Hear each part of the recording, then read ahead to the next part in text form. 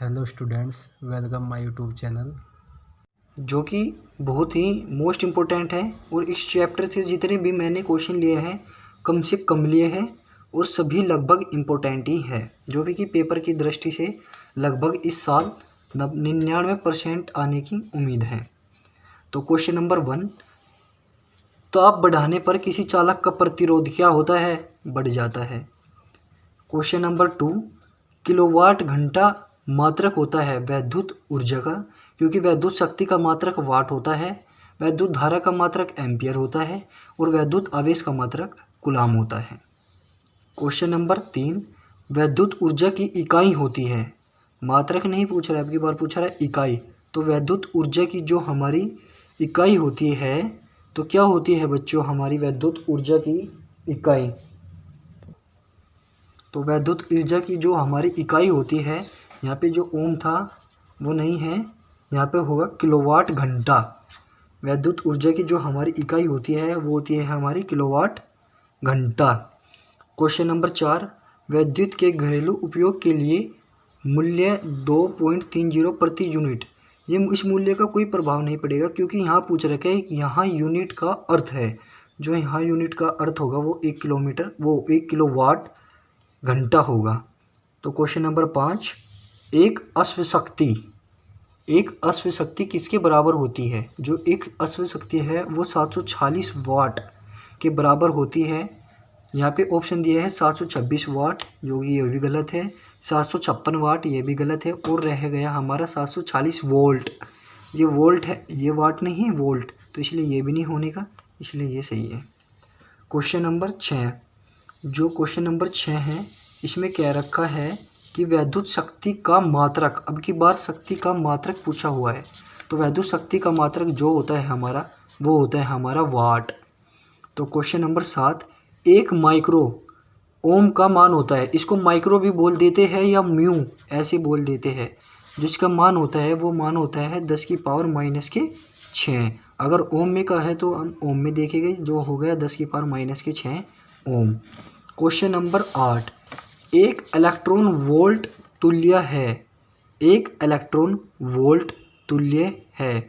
जो हमारी एक इलेक्ट्रॉन वोल्ट तुल्य होती है वो होती है 1.6 या 1.6 गुना 10 की पावर माइनस के 19 जूल। करीबन ऐसे ही लोग बाग मतलब कि कुछ बच्चे ऑप्शन नंबर डी सही कर जाते हैं, वे सोचते हैं कि यही सही है, बट ये गलती है, क्योंकि यहाँ पे प्लस की पावर हुई हुई है और यहाँ पे माइनस की होनी चाहिए। हम प्लस की पर राइट लगा जाते हैं, जो कि गलत है, हमको माइनस की लगानी है। क्वेश्चन नंबर 9, एक किलोवाट घंटे में जूल की संख्या होगी। जो एक किलोवाट घंटा है उसमें जूल की संख्या होती है 3.6 गुना 10 की पावर 6। पर यहाँ हमारे पास ऑप्शन में कुछ इस प्रकार का दिख ही नहीं रहा है, तो हम इस पर राइट लगाकर चले आते हैं, जो कि गलत है। ये है 36 पॉइंट वो या कि 36 गुना 10 की पावर 6, और हमारा होता है 3.6 गुना 10 की पावर 6। कई बार बच्चे ये सोचते हैं कि एग्जामिनर का इस क्वेश्चन पेपर में मिसप्रिंट हुआ है, जो कि हमारे सोचने का तरीका गलत है। ये नहीं है, क्यों, एक फिजिक्स का एक रूल होता है, जब भी कोई आप आंसर छोड़ो तो वो हमेशा एक पॉइंट के बाद ही छोड़ना है। तो इसका मतलब क्या है 360 जूल, ये तो होगा नहीं। 3.6 गुना 10 की पावर 3 ये भी नहीं होगा। अब रह गया 36 गुना 10 की पावर 5 और 36 गुना 10 की पावर 7। यदि आप पॉइंट इस तरफ से इस तरफ खिसकाओगे तो प्लस की पावर बढ़ेगी। अगर पॉइंट आप इस तरह से इस तरफ मतलब चलोगे तो आप मतलब कि जो पावर होगी वो माइनस की होगी। चलो मैं आपको बताता हूँ। अगर ऐसे है कि 425 गुना 10 की पावर 2, आपको पॉइंट हमेशा एक अंक के बाद लिखना है, आपको यहाँ पे पॉइंट लगाना है। तो करीबन यहाँ पे इस संख्या में कोई भी पॉइंट नहीं है, तो हम पीछे से अंक हटाते हुए पॉइंट लगाएंगे 1 2। तो हमने 2 पॉइंट हटा के अंक लगाया, तो हम इधर से इधर को चले, इधर से इधर को चले, तो पावर 10 की पावर प्लस होगी। कितने अंक छोड़े हमने? छोड़े 1 2, तो प्लस की पावर 2, तो इसका मान आ गया 4.25 गुना 10 की पावर, गुना में घात जुड़ जाती है, ये भी 10 है ये भी 10 है, तो 10 का तो 10 ऐसे ही, 2 और 2 4, तो इसलिए इसका मान हो गया 4.25 गुना 10 की पावर 4। अगर हम मान लीजिए ऐसे भी क्वेश्चन पूछ लिया जाता है 2 गुणा 10 की पावर 2 है, तो हमें हमेशा पॉइंट एक अंक के बाद लिखना है। आप कहोगे कि सर ये तो ऑलरेडी एक अंक के बाद है। नहीं भैया, ये पॉइंट अभी पीछे है, हमें पॉइंट आगे लगाना है। तो पॉइंट हमें यहाँ पे लगाना है। अंक तो यही हुआ है ना, तो जीरो का तो कोई मान नहीं होता, इसलिए हमारे एक अंक के रूप में नहीं होगा। तो इसलिए 2 पॉइंट गुणा 10 की पावर 2, तो ऐसे के ऐसे ही हमने क्या अंक छोड़े, 1 2 3, तो 3 अंक छोड़े, तो इधर से इधर को जा रहे तो पावर माइनस को होगी, तो इसलिए पावर होगी 2 गुणा 10 की पावर -1। तो इसी प्रकार इसका मतलब है 36 गुणा 10 की पावर 5, यानी पॉइंट एक अंक के बाद में लगाना है। तो 3.6 गुणा 10 की पावर 5 ऐसे कि ऐसे इधर से इधर को चले तो 10 की पावर बढ़ेगी, यानी कि प्लस की होगी। और कितने अंक छोड़े, 1, तो 1 ऊपर आ गया। तो 3.6 गुणा 5 और 1 6, तो इसलिए इसका ये सही आंसर है। किसी धातु के तार में वैद्युत धारा का प्रवाह होता है। जो धातु का तार है उसमें वैद्युत धारा का प्रवाह किसके कारण होता है, मुक्त इलेक्ट्रॉनों के द्वारा। क्वेश्चन नंबर 11, एक इलेक्ट्रॉन पर आवेश होता है। जो हमारा इलेक्ट्रॉन होता है उस पर हमेशा ऋणावेश मतलब माइनस का होता है, और जो प्रोटॉन होता है उस पर हमारा धनावेश यानी प्लस का होता है, और जो न्यूट्रॉन होता है वो एक उदासीन होता है, इस पर कोई भी आवेश नहीं होता। तो जो हमारा इलेक्ट्रॉन पर आवेश होता है इसे इस प्रकार प्रदर्शित कर देते हैं। इस पर होता है -1.6 गुणा 10 की पावर -19 कूलाम। जो हमारा आवेश होता है, आवेश का मात्रक होता है हमारा कूलाम। और जो प्रोटॉन होता है, प्रोटॉन पर प्लस होता है, प्लस चार्ज होता है, यानी कि आवेश तो इतना ही होगा, बट इसमें फ़र्क इतना है कि इलेक्ट्रॉन पर माइनस का होगा और प्रोटॉन पर प्लस का होगा। प्लस के 1.6 गुणा 10 की पावर -19 कूलाम। तो एक इलेक्ट्रॉन पर कितना आवेश होता है, माइनस के 1.6 गुणा 10 की पावर प्लस के 19, तो ये तो होगा नहीं। माइनस के 1.6 गुणा 10 की पावर -19, ये सही है। इतना ही तो होता है एक इलेक्ट्रॉन पर आवेश। तो वैद्युत धारा का मापन करते हैं। जो वैद्युत धारा होती है उसका मापन हम किसके द्वारा करते हैं, उसका मापन हम एमीटर के द्वारा करते हैं। और वैद्युत धारा का मात्रक भी पूछ लिया जाता है। जो वैद्युत धारा का मात्रक होता है वो होता है हमारा एम्पियर, यानी कि एएमपी या एम्पियर। प्रतिरोध का मात्रक होता है हमारा ओम। क्या होता है, ओम। और एम्पियर को हम इस तरह भी प्रदर्शित कर देते हैं, एएमपी। वोल्ट को VOLT, कूलाम को C, और ओम को हम इस हेडफोन सा बनाकर हम इसे ओम को प्रदर्शित कर देते हैं। वैद्युत धारा का SI मात्रक, हमारी 3 पत्ती होती है, SI पत्ती, MKS पद्धति और एक CGS पत्ती होती है, जो कि आपके सिलेबस से, यानी कि अगर आप 12th में आप फिजिक्स पढ़ोगे उसमें है ये आपके टॉपिक, तो इसलिए ही मैंने बता दिया। वैद्युत धारा का मात्रक होता है, वैद्युत धारा का मात्रक हमारा एम्पियर होता है। और एम्पियर को कई बार हम ऐसे भी लिख देते हैं। एक प्रोटॉन पर आवेश, एक प्रोटॉन पर कितना आवेश होता है, एक प्रोटॉन पर 1.6 गुणा 10 की पावर -19, बट कैसा, प्लस का। तो अब यहाँ पे देखते हैं प्रोटॉन पर आवेश कितना होता है, 1.0 गुणा 10 की पावर -19, ये तो बिल्कुल भी नहीं होगा। 1.6 गुणा 10 की पावर -19 जूल, मात्रक भी देख लेना है आपको, जूल, तो ये भी नहीं होगा। तो -1.6 गुणा 10 की पावर -19 कूलाम, ये भी नहीं होगा। प्रोटॉन पर तो प्लस का होना चाहिए, तो ये प्लस के 1.6 गुणा 10 की पावर 19 जूल, ये भी नहीं होगा। मैंने इस क्वेश्चन को में ऑप्शन जानबूझकर दे रखे हैं कि बच्चे करीबन क्या करते हैं, ऑप्शन में सोचते हैं कि हम तो 1.6 गुणा 10 की पावर 19 जूल ही लगा देंगे, तो ऐसे ही करते हैं बच्चे, जो कि गलत है। जो आपको पता है केवल आप वही कीजिए ना। आपको पता है कि एक प्रोटॉन पर आवेश 1.6 गुणा 10 की पावर -19 कूलाम, यानी कि प्लस का होता है। आपको पक्का इसमें ही 1.6 गुणा 10 की पावर -19 ही मिलेगा ऑप्शन में। मैंने तो डराने के लिए ही दिया था आपको। मैं देखता था कि बच्चे कौन सही क्वेश्चन देगा और क्वेश्चन का आंसर देगा और कौन गलत। क्वेश्चन नंबर 16, ओम के नियम का सूत्र। ओम के नियम का सूत्र क्या होता है हमारा, जो होता है V बराबर IR होता है। क्या होता है, V बराबर IR, ये हमारे ओम का नियम है। ओम के नियम का मैं अभी आगे जाके आपको एक बड़ा डेरिवेशन के रूप में क्वेश्चन कराऊंगा। क्वेश्चन नंबर 17, किसी चालक में 2 एम्पियर की धारा प्रवाहित हो रही है और 2 सेकंड में चालक से गुजरने वाले आवेश जो हमारा आवेश होता है उसे हम क्यू से प्रदर्शित करते हैं। धारा जो धारा होती है हम उसे आई से प्रदर्शित करते हैं। वो दे रखी है हमें 2 एम्पियर। मैंने कैसे पहचाना कि ये एम्पियर ही यानी धारा ही है, क्योंकि धारा का मात्रक एम्पियर होता है। और इसी प्रकार हम न्यूमेरिकली में इसके मान को पहचानते हैं। अब 2 सेकंड यानी कि समय का मात्रक ही तो सेकंड होता है। समय यानी t बराबर 2 सेकंड। आवेश ज्ञात करना है। आवेश होता है क्यू बराबर एक IT फॉर्मूला होता है।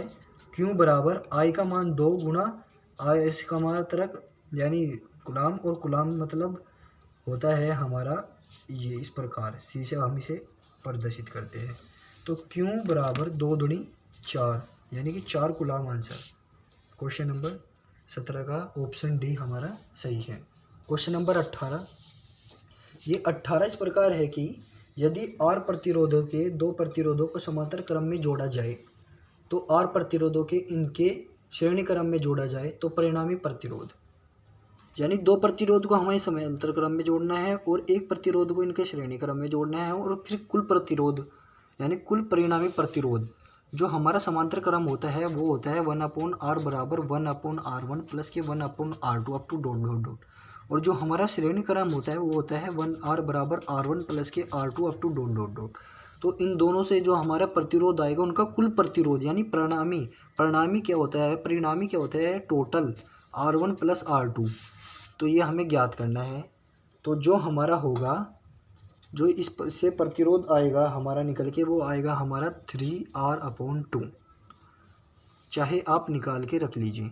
तो ये क्वेश्चन नंबर 19, आवेश यानी Q, धारा यानी T और समय यानी T में संबंध, धारा यानी I और समय T में संबंध क्या होता है। अभी मैंने आपको कराया था Q बराबर IT से एक न्यूमेरिकल कराया था जिसमें 2 एम्पियर की धारा और 2 सेकंड में प्रवाहित हो रही थी, जिसमें हमें Q यानी आवेश का मान ज्ञात करना था। तो इन तीनों में जो हमारा संबंध यानी सूत्र होता है वो होता है Q बराबर IT, जहाँ हमारा Q बराबर क्या है आवेश, I बराबर धारा और T बराबर समय।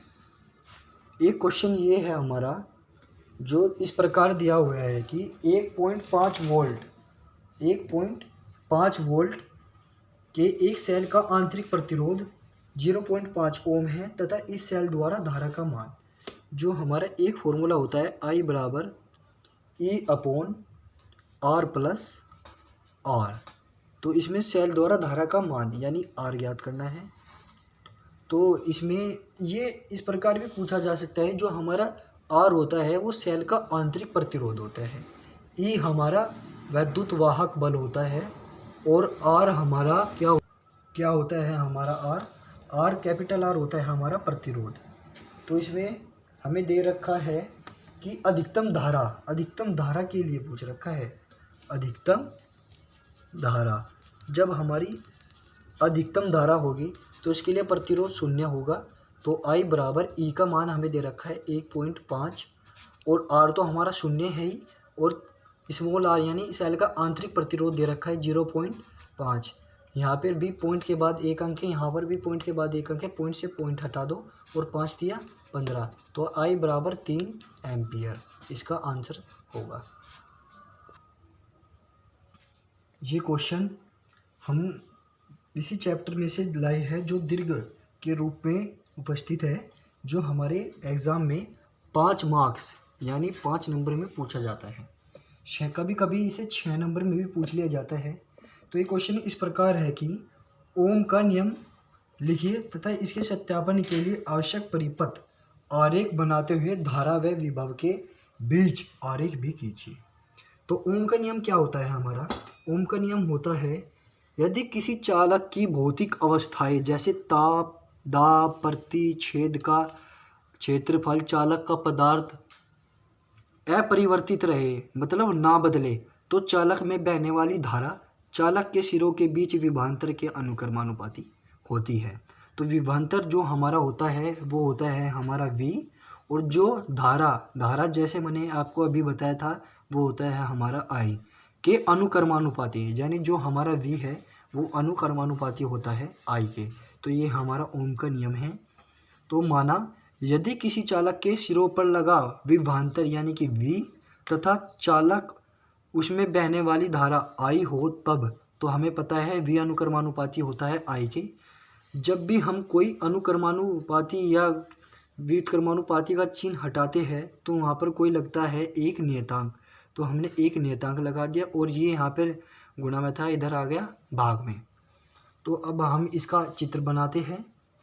पहले हम एक विभवमापी मतलब विभव के वोल्टमीटर की सहायता से एक चित्र बना लेंगे जिस पर प्लस और माइनस। नीचे आके हम एक एमीटर लगा लेंगे। एमीटर जो एक एमीटर यंत्र है जो मतलब कि जिसमें वैद्युत धारा को मापा जा सकता है। और यहाँ पर हम इसी प्रकार एक कुंजी लगा लेंगे। कुंजी को हम अधिकतर के भी बोल देते हैं। कुंजी, ये जो कुंजी होती है ये हमारे जो हम घरों में यूज़ करते हैं जिसको आप स्विच बोलते हो, ये हमारी कुंजी ही होती है। यहाँ पर एक बैटरी लगा देंगे। बैटरी की एक मुख्य अवधारणा ये है कि जो हमारी छोटी वाली प्लेट होगी उस पर माइनस और जो हमारी बड़ी वाली प्लेट होगी उस पर प्लस होता है। तो अब हम आगे जाके एक धारा नियंत्रक लगा लेते हैं तथा इसे प्रतिरोधक तार बोलते हैं। क्या बोलते हैं इसे? प्रतिरोध तार।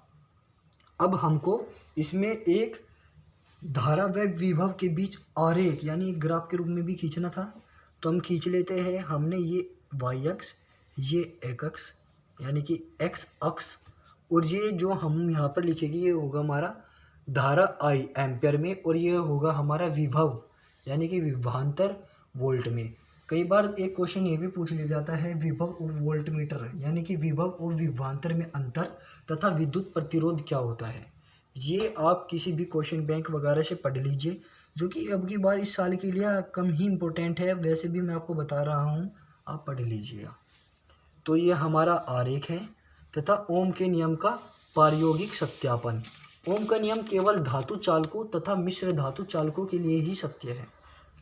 इस प्रयोग के लिए यूरेका अथवा मैग्नीन के एक प्रतिरोध तार लेते हैं।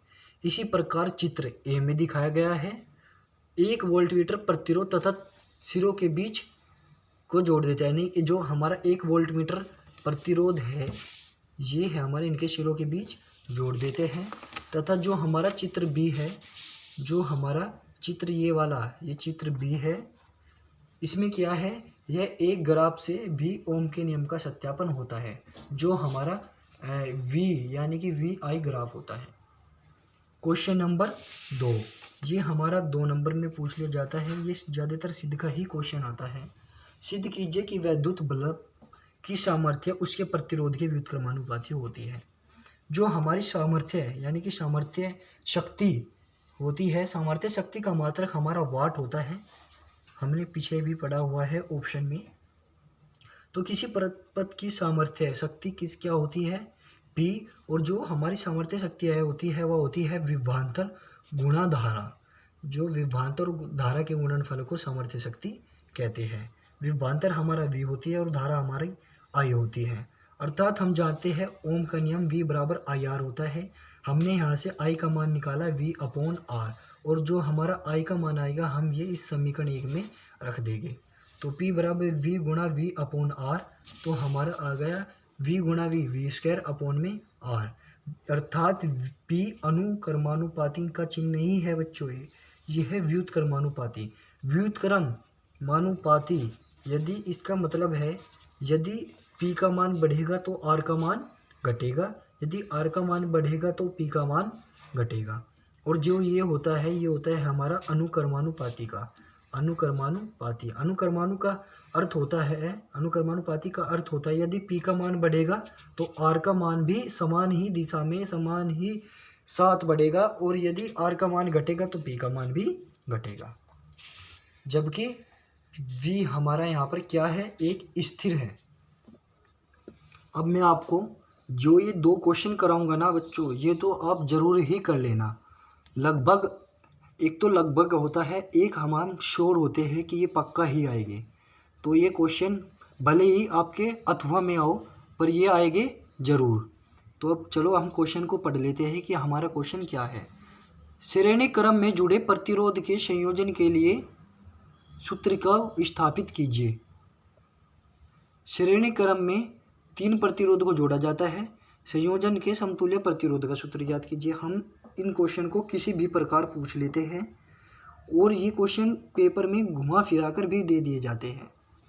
तो कुछ नहीं, जहाँ भी आपको श्रेणी क्रम दिख जाए या श्रेणी क्रम के लिए व्यंजक या सूत्र स्थापित करना आ जाए तो समझ लीजिए कि वे 6 नंबर में होगा। और आपको जैसे मैं बता रहा हूँ केवल आपको इसे ही समान भाषा में लिखना है। तो ये होता है, इस प्रकार संयोजन में प्रतिरोधों यानी प्रतिरोधकों को इस प्रकार क्रम से जोड़ा जाता है कि प्रतिरोध का दूसरा सिरा अगले प्रतिरोध के पहले सिरे से संबंधित रहे। इस प्रकार के संयोजन में धारा के लिए केवल एक ही मार्ग रहता है, जिसमें सभी प्रतिरोधों में धारा का मान समान होता है। क्या होता है? धारा का मान समान होता है। चलो तो हम पहले इसका चित्र बना लेते हैं। सबसे पहले आपको एक बिंदु ए लेना है और एक बिंदु आपको क्या लेना है? बी, और इसमें हमें एक बैटरी लगा देनी है। तो बैटरी का तो मैंने आपको बताया ही था। जो बैटरी होती है, बैटरी की छोटी प्लेट पर ऋणावेश और बड़ी प्लेट पर धनावेश होता है और इसे हम ई से प्रदर्शित करते हैं। इसे को हम वैद्युत वाहक बल भी कहते हैं। फिर हम एक तार ले लेंगे और इस पर एक प्रतिरोध लगा लेंगे, इसको बोलते हैं प्रतिरोध। फिर यहाँ पर इस तार को ख़त्म कर देंगे और एक प्रतिरोध यानी एक तार लेके और इस पर भी हम यहाँ पर प्रतिरोध लगा लेंगे। तो फिर इस तार को हम यहाँ पर ख़त्म कर देंगे और फिर जो हमने बिंदु मान रखा है बी, यहाँ से एक प्रतिरोध और लेंगे और इसको हम यहाँ पर तार से जोड़ देंगे। जो हमारा ये अवस्था है, ये हमारी श्रेणी क्रम की अवस्था है। क्या है? श्रेणी क्रम की अवस्था। श्रेणी क्रम की अवस्था क्या होती है? श्रेणी क्रम वह होता है जिसमें चालक में प्रतिरोध केवल एक ही मार्ग वाले तार से जुड़े रहते हैं, वो श्रेणी क्रम वाला प्रतिरोध की अवस्था कहलाती है। अब देखो बच्चों, इसमें हमें धारा प्रवाहित करनी है। इसमें ऐसे धारा प्रवाहित होगी, यहाँ से जाएगी यहाँ और यहाँ से जाएगी यहाँ। तो ये हमारी इस प्रकार धारा प्रवाहित होगी। इसमें आपको कितने प्रतिरोध दिख रहे हैं? इसमें आपको 3 प्रतिरोध दिख रही होगी, जिसे हमने नाम दे दिया R1, R2 व R3। तो इसमें आपको कुछ नहीं लिखना, इसमें आपको केवल ये चित्र बनाना है और यहाँ तक आपको लिखना है। इससे आगे का मैं आपको समान भाषा में कराता हूँ, आसानी भाषा में लिखवाता हूँ। आपको जो इस चित्र में दिख रहा है केवल आपको वही लिखना है। इसमें आपको क्या दिख रहे हैं? 3 प्रतिरोध। तो लिख लीजिए, माना 3 प्रतिरोध। कौन कौन से प्रतिरोध हैं? R1, R2 व R3। कौन से क्रम में जुड़े हुए हैं? श्रेणी क्रम में। तो माना 3 प्रतिरोध R1, R2, R3 श्रेणी क्रम में जुड़े हुए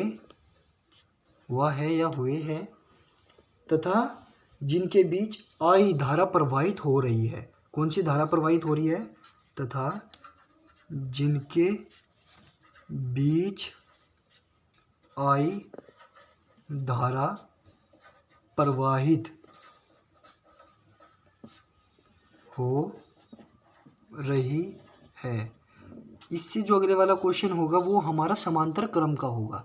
जो समांतर क्रम होता है उसमें क्या समान होता है? जो समांतर क्रम होता है उसमें हमारा यानी कि विभव समान होता है, और जो श्रेणी क्रम होता है इसमें हमारी धारा समान होती है।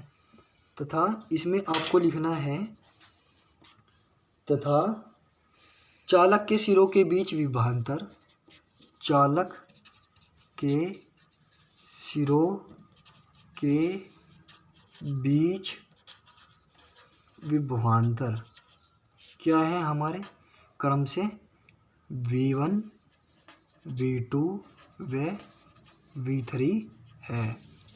तब ओम के नियम से आपको पता होगा ओम का नियम क्या होता है हमारा। ओम का नियम होता है हमारा V बराबर IR। क्या होता है? V बराबर IR। जो हमारा IR, तो V बराबर हमारा IR होता है। V1 I तो हमारा फिक्स है और R हमारा है R 1। इसी प्रकार हमारा होगा V2 बराबर I/R2 और इसी प्रकार V3 बराबर I/R3। तो अब आपको कुछ नहीं करना है। माना बैटरी का विभवांतर, माना बैटरी का विभवांतर क्या मान लिया है, V हो, तो V बराबर V1 प्लस V3। तो V बराबर आपको इन तीनों के मान यहाँ पर रख देने हैं और फिर इनको जोड़ देना है। V1 का मान I/R1, V2 का मान I/R2 और V3 का मान I/R3। तो इनमें से क्या कॉमन दिख रहा है आपको, I कॉमन दिख रहा होगा, तो I कॉमन आ गया V1, यानी कि V बराबर I इंटू R1 प्लस के R2 प्लस के R3। अब हम कुछ नहीं, अब हम इसमें ये लिखेंगे कि माना R1 R2 का तुल्य प्रतिरोध R ओम है, माना R1 R2 व R3 का तुल्य प्रतिरोध क्या है बच्चों, R है। तो हम जानते हैं V बराबर I/R। ये V का मान आपको यहाँ पर रखना है, तो रख दीजिए I/R बराबर I into R1 plus R2 plus R3। I से I कट गया तो R बराबर R1 प्लस के R2 प्लस के R3। तो ये बच्चों हमारे मान थे जो हमने इस प्रकार यहाँ पर रख दिए हैं। तो अब आपको कुछ नहीं करना है, इसे ब्रैकेट में बंद कर लीजिए और ये हमारा ओम के नियम का सत्यापन हो गया। तो ये हमारे ओम के नियम की सहायता से, ओम के सत्यापन नहीं, ओम के नियम की सहायता से हमारे श्रेणी क्रम में जुड़े प्रतिरोधों के लिए इसके संयोजन के सूत्र की स्थापना हो गई है या इसका व्यंजक प्राप्त हो गया है। अर्थात श्रेणी क्रम का फॉर्मूला यही होता है कि R बराबर R1 plus R2 plus R3। अब मैं आपको आंसर नहीं, हैंड्स प्रूफ।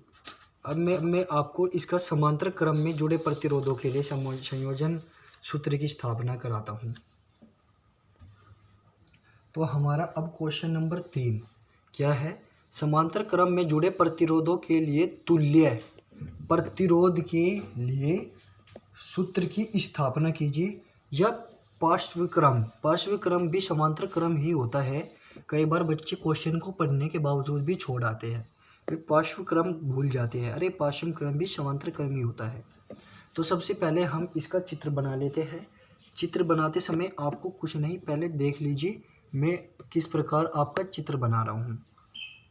सबसे पहले आपको एक तार लेना है, उसमें एक प्रतिरोध लगा देना है। फिर आपको ये तार ऐसे आगे तक बढ़ा लेना है और यहाँ पर आपको कोई बिंदु A मान लेना है, यहाँ पर आपको कोई बिंदु B मान लेना है। फिर आपको एक तार यहाँ से लगाना है और एक तार यहाँ से लगाना है। फिर आपको एक ऐसे लेना है तार, एक ऐसे लेना है, इसको मोड़ लेना है और उस पर भी ऊपर एक प्रतिरोध लगा देना है। इसी प्रकार आपको एक नीचे भी इसी अवस्था में ऐसे तार लेना है और इसको इसी प्रकार मोड़ देना है और उस पर भी एक प्रतिरोध लगा देना है। तो हमने इस पर 3 प्रतिरोध लगा दिए हैं और नीचे एक ऐसे यानी कि बॉक्स के रूप में हमें बना लेना है। और इसमें सबसे पहले हम क्या, एक बैटरी तो लगा लीजिए आप बैटरी। हमने इसमें एक बैटरी लगा दी और इसमें सबसे महत्वपूर्ण बात यह है कि इसमें एक कुंजी भी लगेगी।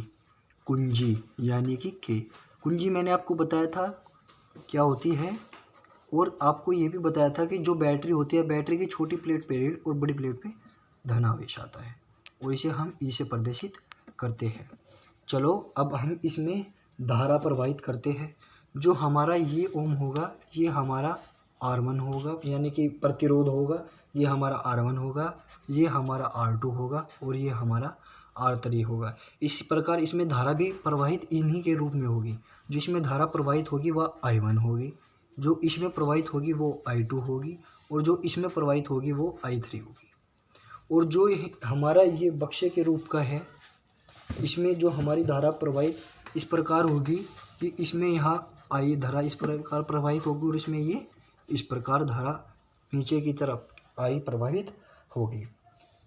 तो बच्चों अब आपको ये चित्र इसी प्रकार बना लेना है जो कि मैंने बहुत ही सरल तरीके से आपको समझाया गया हुआ है। अब आप मैं इसको लिखने का कार्य बताता हूँ। आपको जो भी चित्र में दिख रहा है, ऐसा नहीं है कि जैसा मैं आपको बता रहा हूँ आपको ऐसे ही पेपर में करना है, नहीं, बिल्कुल नहीं ऐसा। आपको जो भी चित्र में दिख रहा है आप केवल वे ही लिखिए।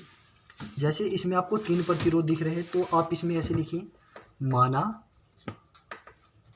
3 प्रतिरोध कौन कौन से हैं, R1, R2 व R3 कौन से क्रम में जुड़े हुए हैं, समांतर क्रम में जुड़े हुए हैं तथा इनके बीच